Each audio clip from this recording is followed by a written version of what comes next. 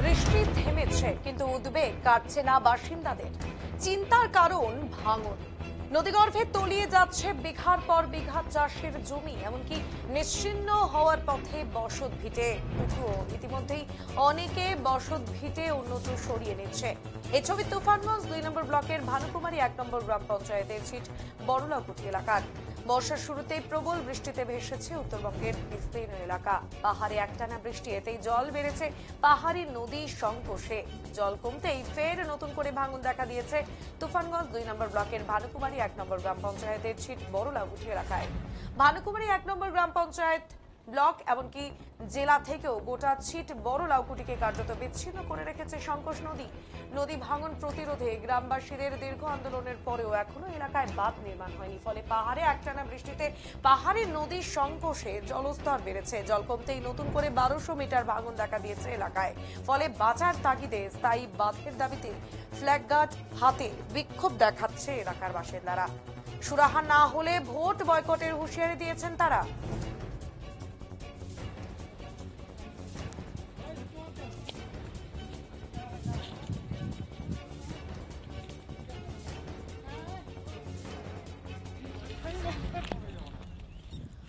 এই এলাকায় সংকোষ নদী ভাঙন সমস্যা দীর্ঘদিনের। অতীতে বহু কৃষিজমি সহ বসত বাড়ি তলিয়ে গিয়েছে নদীগর্ভে। সংকোষ নদী ক্রমশ যেভাবে কৃষিজমি গ্রাস করেছে তাতে শেষ সম্বলটুকু নিশ্চিহ্ন হওয়ার পথে। স্থানীয় বাসিন্দাদের অভিযোগ, নদী ভাঙন সমস্যা নিয়ে স্থানীয় গ্রাম পঞ্চায়েত থেকে শুরু করে বিডিও অফিস এমনকি সেচ দপ্তরে বারংবার অভিযোগ জানিয়েও মেলেনি সমাধান। দিন কয়েক আগে সেচ দপ্তরের আধিকারিকরা এসে এলাকায় ঘুরে গেলেও কাজ শুরু না হয় আতঙ্কে বাসিন্দারা। যদিও ভাঙন রোধে দ্রুত সমস্যা সমাধানের আশ্বাস দিয়েছেন জেলা সেচ দপ্তরের এক্সিকিউটিভ ইঞ্জিনিয়ার মোহাম্মদ বদিরউদ্দিন শেখ। ছিট বড়লাকুটি এলাকায় প্রায় ৪,০০০ লোকের বসবাস। বর্ষার শুরুতেই ফের ১২০০ মিটার ভাঙন দেখা দেওয়ায় ভিটে মাটি হারানোর আশঙ্কা। রাতের ঘুম উড়েছে অসংখ্য কৃষিজীবী পরিবারের। এই নিয়ে জেলা সেচ দপ্তরের এক্সিকিউটিভ ইঞ্জিনিয়ার মোহাম্মদ বদিরউদ্দিন শেখ জানান, যেসব অসংরক্ষিত এলাকায় ভাঙন শুরু হয়েছে সেখানে বাঁধ তৈরির জন্য প্রকল্প জমা পড়েছে। অর্থ বরাদ্দ হলে সেই এলাকায় কাজ শুরু হবে বলে জানান তিনি। এই বিষয়টা আমাদের সিলভার লাউকুটি মোটামুটি ২২-২৩০ ভোটার আছে আমাদের সিলভার লাউকুটি, মানে একদম বিচ্ছিন্ন এলাকা। এটা আমাদের এই সিলভার লাউকুটি ২২-২৩০ ভোটার যে আছে এখানে, এটা শুধু বোঝা যায় যখন ভোট আসে তখনই বোঝা যায় যে বড় লাউকুটি কতগুলো ভোট আছে। কিন্তু আমাদের যে এই যে নদী ভাঙন যে সমস্যাটা, এই সমস্যাটা মোটামুটি আজ থেকে ১৫ বছর যাবৎ আমরা অঞ্চল ব্লক মানে আমাদের যত বড় বড় মানে অফিস আদালত যত আছে আমরা অনেক ধরেছি, মানে কলকাতা অবধি ধরেছি। যে কোনো অফিসে যাই সেখানে বলে আমাদের কাজটা রেডি হয়ে আছে, কিন্তু কোনো টাকার কোনো ব্যবস্থা হয় না।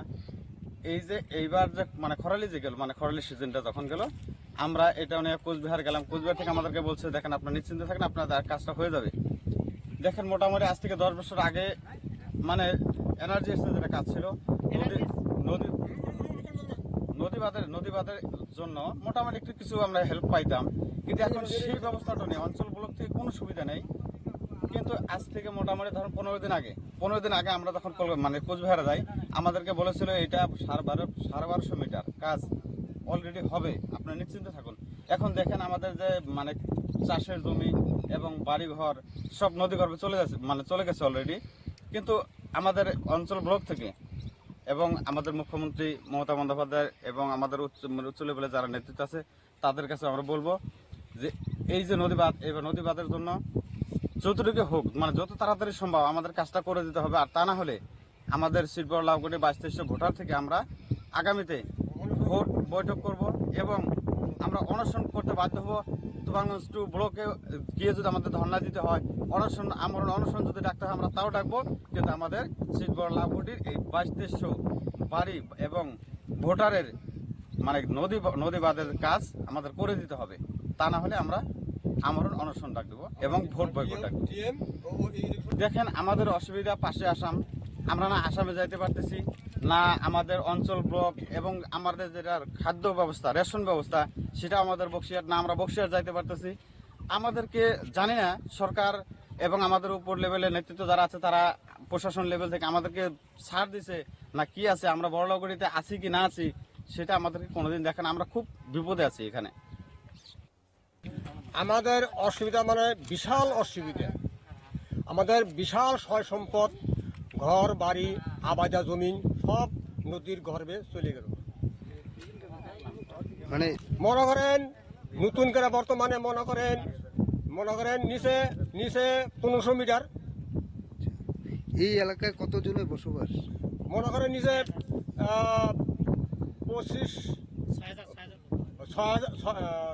6,000 লোক পরিবার বসবাস। হ্যাঁ হ্যাঁ হ্যাঁ, এই অনেকে জায়গায় পেতেছে না, অনেকে একটা জায়গা যে নিয়ে যে বাড়িটা করবে তার জমি কেনার মতো সমর্থন নাই। বাড়িটা খালি মনে করেন একদম খালি কোনো রকম নামায় রাখছে। এখানে যে বাড়িটা উঠাবে টাকা নাই, পয়সা নাই, কি করে জায়গা নাই, কি অবস্থায় হে বাড়িটা করবে। হ্যাঁ জানাইছি তো, ভিডিও জানে, ইরিগেশন দপ্তর সব জানে। আমাদের এই ব্যবস্থা যদি না হয় আমরা এখন ইমার্জেন্সি, আমরা অফিস আমরাকে ধর্ণা দেব, অনশন ডাকবো। আমাদের সংকোচ নদী ভাঙন কবলিত এলাকা, আমাদের ছিটবড় লাউকুটি মৌজা।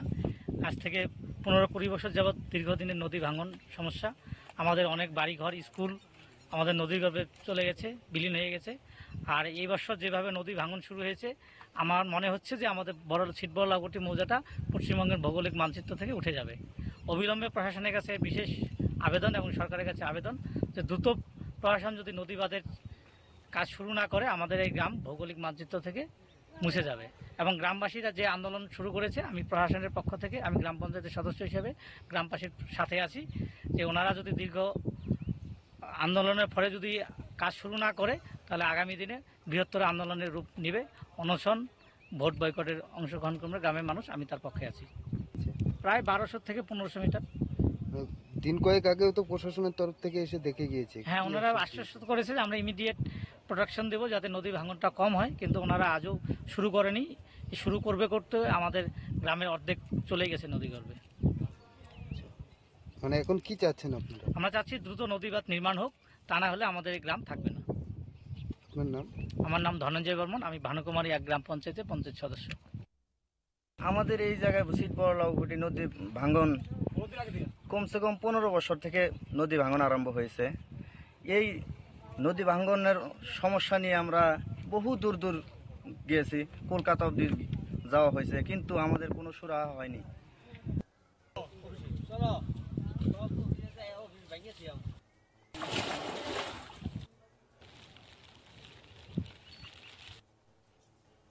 এটা আমাদেরও নজরে ছিল এবং আমাদের এবার যে প্রথমেই বৃষ্টিটা আমাদের মে মাসে অনেক বৃষ্টি হয়ে গেছে সেখানে, এবং পাহাড়ে বৃষ্টি হয়েছে, ভুটানের বৃষ্টি, সেগুলো জল আসার জন্য আমাদের সংকোচ নদীতে আমাদের দুটো জায়গায় ইরোশন সমস্যা হয়েছে, এবং তার জন্য আমাদের চিফ ইঞ্জিনিয়ার সহ আমরা সবাই মিলে ভিজিট করেছি অলরেডি, এবং আমাদের চিফ ইঞ্জিনিয়ার সাহেব দুটো কাজের অ্যাপ্রুভাল অলরেডি আমাদের দিয়ে দিয়েছেন।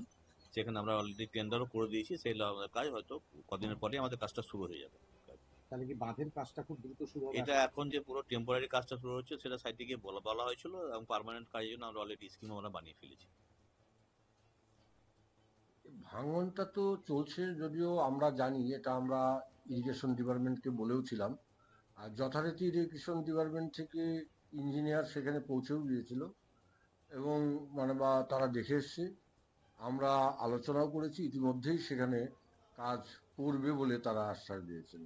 এর আগেও আমরা তো এই ভাঙনের জন্য একটা বাঁধ আমরা করেও দিয়েছিলাম আর কি। তারপরে বন্যার সময় কিছু কিছু জায়গায় ভাঙন দেখা দেয় নদী বা এলাকায়, তো আমরা সেজন্য যথেষ্ট তৎপর, আমরা সবসময় দেখাশোনাও করছি এবং ইরিগেশন ডিপার্টমেন্টের যারা রয়েছেন তাদের সঙ্গে যোগাযোগও রাখছি আর কি, তারাও দেখছে।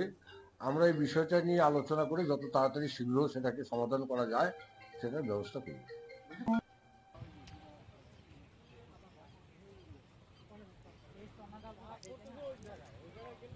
এ বিষয়ে বিজেপির জেলার সহসভাপতি কি বলেছেন শুনবো।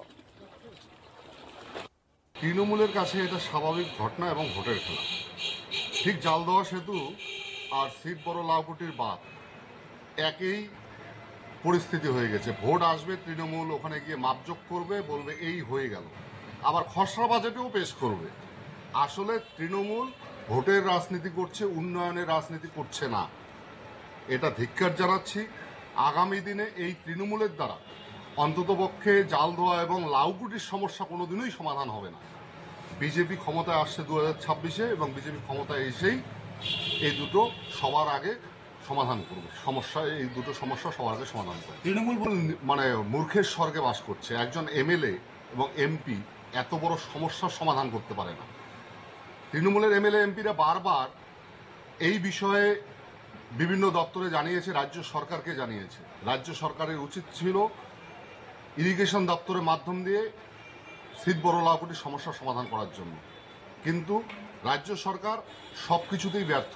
তো এই ব্যর্থ সরকারকে বাংলার মানুষ আর চায় না। আর 2026-এ বিজেপি ক্ষমতায় এসে তুফানগঞ্জ বিধানসভার অন্ততপক্ষে এই দুটো সমস্যার সমাধান সর্বপ্রথম করবে। এ বিষয়ে তৃণমূল নেতা আব্দুল জলিল আহমেদ কি জানাচ্ছেন শুনবো। সেচ দপ্তরকে বলছি, আমি নিজে গেছি, ওখানে লোকজন গিয়ে বলছিলাম এখানে জনপ্রতিনিধিরা কি করে জানি না, এমএলএ খুঁজে পাওয়া যাচ্ছে না, এমএলএ কোথায়, তার 5 বছরের ইতিহাসে কি করছে জানি না। আমি প্রথমে একবার গেছি, আবার মাঝখানে লোকরা আসছে, তাদেরকে আমি নিয়ে বলছি ভাই আমরা দেখবো। প্রথমে যে অ্যালটমেন্ট আসতো সেন্ট্রাল গভর্নমেন্ট, সেটা বন্ধই ছিল, এখন আসতেছে এবং রাজ্য গভর্নমেন্ট সহ কিছু কিছু জায়গায় হচ্ছে। আমি যাতে ওই জায়গাটায় হয় সেটা আমি সেচ দপ্তরকে বলছি।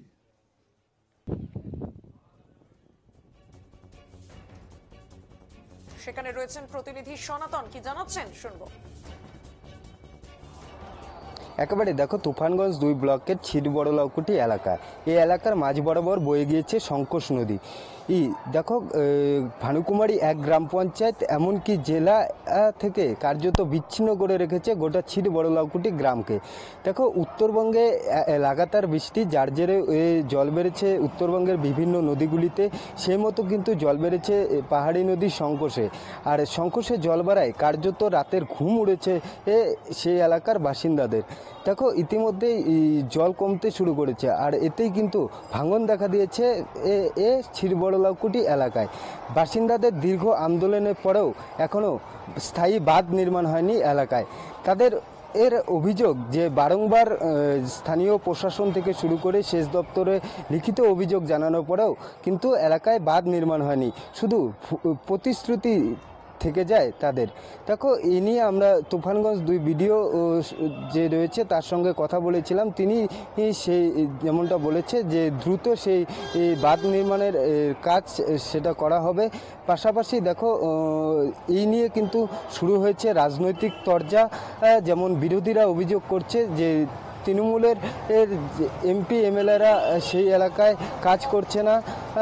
সেরকমই কিন্তু শাসক দলের যারা নেতৃত্বরা রয়েছে তারাও কিন্তু অভিযোগ করছে যে বিজেপির যে এমএলএ এবং সংসদরা রয়েছে তারা সেই এলাকায় যায়নি কোনোদিনও, তারা কিন্তু কাজ করছে না, জানিয়ে তৈরি হয়েছে রাজনৈতিক তরজা।